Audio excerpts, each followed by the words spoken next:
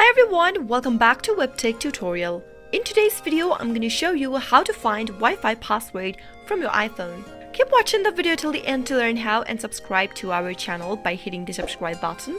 Also press the notification bell icon so that you'll never miss another update from us. If you want to know how to find your Wi-Fi password on your iPhone, then here's how to do it.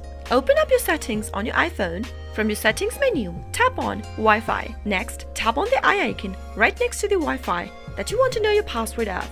On the next page, scroll all the way down and right where it says router, hold the numbers next to the router and select copy. Now, open up your web browser. In the web address box, paste in the numbers that you copied. Select go and you'll end up in the login page. Enter your router's username in the first text field. Once you are done, head over to the next one and type in your password. Now, tap on login. Once you're logged in, tap on wireless. Finally, you'll be able to see a wireless settings page with your Wi-Fi password under the network name. Now, that would be your password for your Wi-Fi. You can change your password if you're having trouble remembering that current password. That is how you'll be able to find your Wi-Fi password from your iPhone quick and easy.